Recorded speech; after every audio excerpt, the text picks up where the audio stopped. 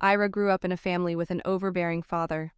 The girl's mother obeyed her husband in everything and demanded the same from her daughter. The girl grew up quiet, accustomed to obeying her parents in everything. After finishing school, Ira entered a conservatory, which was located in a regional city. The student lived in a dormitory with 2 other students. They managed both to study and to arrange their personal life. There was a club not far from the dormitory. That's where they used to run to dance on Saturdays. They rarely went home so they could go out on weekends and go dancing. One day at the dance, Irina met a cadet from the military academy. The young men struck up a friendship that later grew into a serious relationship. The cadet and the student dated for 4 years. True, they saw each other rarely since the cadets were not often given leave. Just before graduation from the conservatory, the graduate received a proposal to marry. She agreed and, as a married woman, received a free assignment. Of course, Irina followed her husband, who had been sent to serve overseas. Family life did not work out from the very beginning. The thing is that Victor immediately forbade his wife to work, although there was a music school in their small town. So the woman turned into a housewife. Her husband was at work all day and sometimes nights, and she waited for him at home. However, it was not the only thing that embarrassed Irina. Her husband gave her money for expenses and then demanded an account for every ruble spent. 3 years went by like that. In addition to being an uncommon miser, Victor was a real despot. No, he did not beat his wife, but he was driving her morally.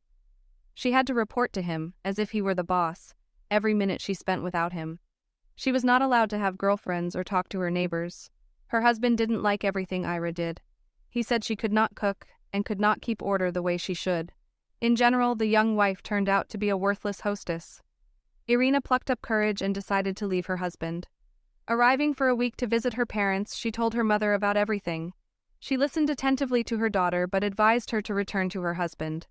If a divorce happened, it would tarnish the honor of their prosperous family. So the woman went back and continued to endure.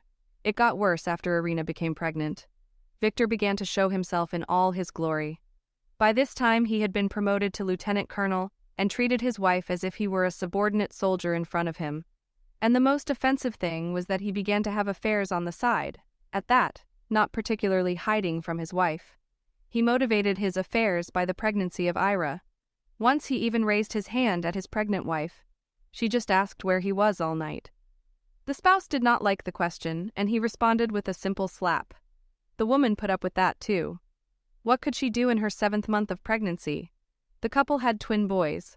Ira gained weight after giving birth. After that, her husband stopped paying any attention to her. He continued to have affairs, talk rudely, and behave boorishly, while she raised her children, accepting her fate. As the years passed, the children grew up, the woman grew old. When the boys went to college, she decided to file for divorce. But her husband did not want to divorce her. After all, he was so comfortable to come to a quiet and obedient Irina, who cleaned, cooked, and quietly tolerated all the betrayals and harsh words to his address. Late one night, when the woman had already gone to bed, the phone rang. Ira picked up the phone and heard her mother's voice. She sobbed and began to tell him that her father had had a microstroke. He had been admitted to the hospital. The chances were 50-50. Without thinking twice, Irina got ready, wrote a note to her husband, called a cab, and drove to the train station. The next day she was already in the hospital, and for a few days she did not leave the bed of her sick father. She came home only to spend the night. After a few days the crisis was over. Her father felt better. It was possible to go home. Irina was walking from the hospital toward the bus stop. Suddenly someone called out to her. When she turned around, she saw her former classmate Dmitri. They had not seen each other once since high school. Dmitri had not changed at all, except that he had gotten older. He invited his former classmate for tea at the nearest cafe on the way. They got to talking, remembered their school years. Then they told each other about their lives. When Dmitri found out how the classmate lived with her husband, he asked her to live together. He had liked her since school, only he was afraid to admit it to her. And so Irina did. She divorced her husband and returned to her hometown.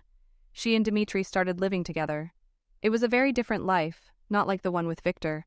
It was a life filled with happiness and love, something she never had with her ex-husband. Irina found her later female happiness. She and Dmitri have been living happily for 7 years now, and the twin boys come to visit them. Thanks for watching. Don't forget to subscribe to my channel and like this video if you like it. Also put a bell so you don't miss new videos. See you soon.